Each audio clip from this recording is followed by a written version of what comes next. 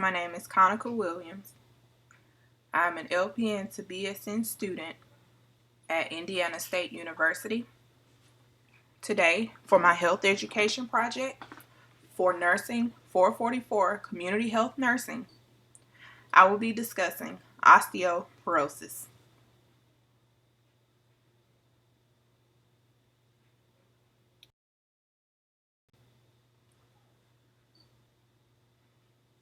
To begin, let's discuss the population at risk. Women over the age of 50 are at the greatest risk of being affected by osteoporosis. Menopause decreases estrogen production. Estrogen is a hormone which protects against bone loss.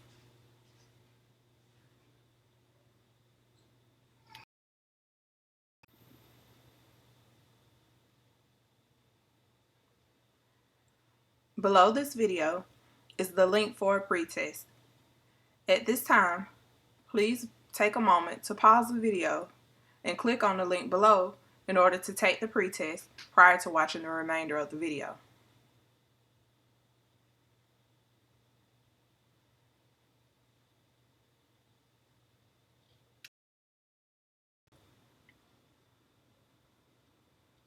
Now that you've completed the pretest, let's cover the objectives.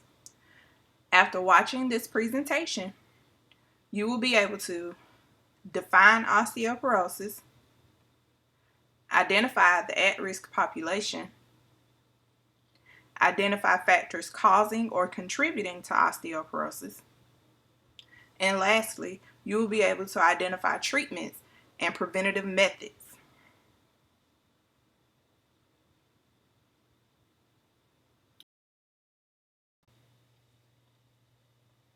What is osteoporosis? Osteoporosis is a term meaning porous bones. Osteoporosis affects the skeletal system and is characterized by reduced bone mass, which leads to weak and brittle bones. Osteoporosis can be further broken down into two types, primary and secondary. Primary osteoporosis does not have a direct cause, but typically occurs with aging and is the most common type. Secondary osteoporosis is caused by another underlying health condition or by medical treatment. Pictured to your left are two bones. One is a healthy bone and one is an osteoporotic bone. Notice that both bones are spongy, but in the bone that has osteoporosis, the holes are much larger.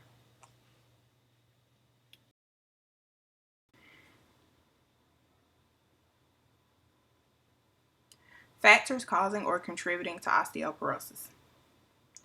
The first factor contributing to osteoporosis is age.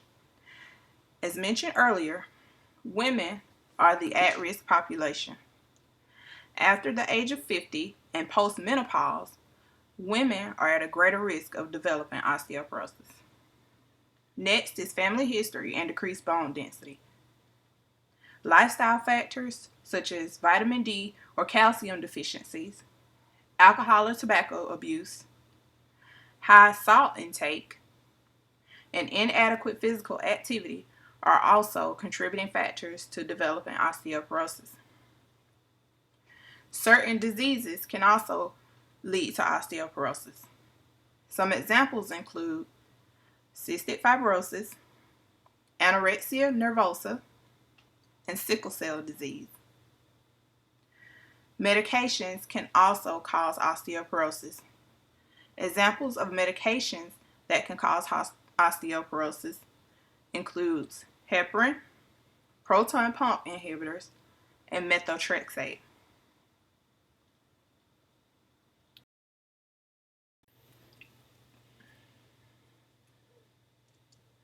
Next are signs and symptoms. Osteoporosis is typically undetectable until a complication arises. Complications usually include fractures. Fractures occur with minimal to no trauma and are very, very costly.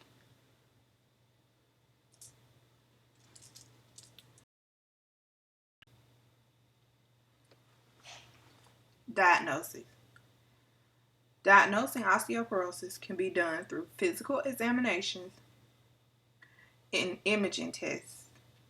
Imaging tests include X-rays, bone mineral density tests, CT scans, or any type of imaging exams to identify broken bones or to identify bone mass. Lab tests can also be done to test for deficiencies in vitamin D or calcium.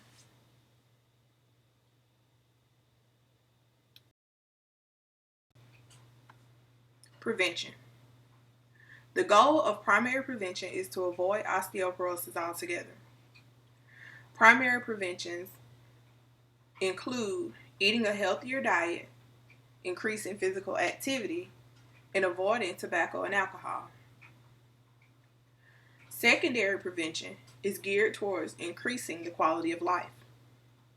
Secondary preventions include taking medications or supplements to increase bone mass and preventing fractures or refractures. Lastly are tertiary preventions. Tertiary preventions are set in place to sustain life. For individuals with osteoporosis, a tertiary prevention may be surgery. Surgery is usually done after an individual has acquired a fracture. A provider may do surgery in order to repair the fracture acquired.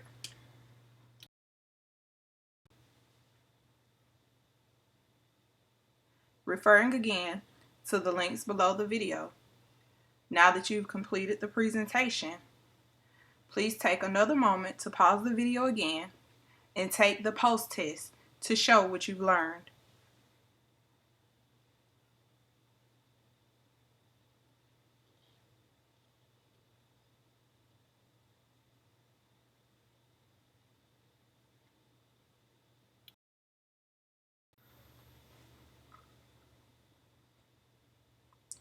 Thank you for taking the time to watch my video.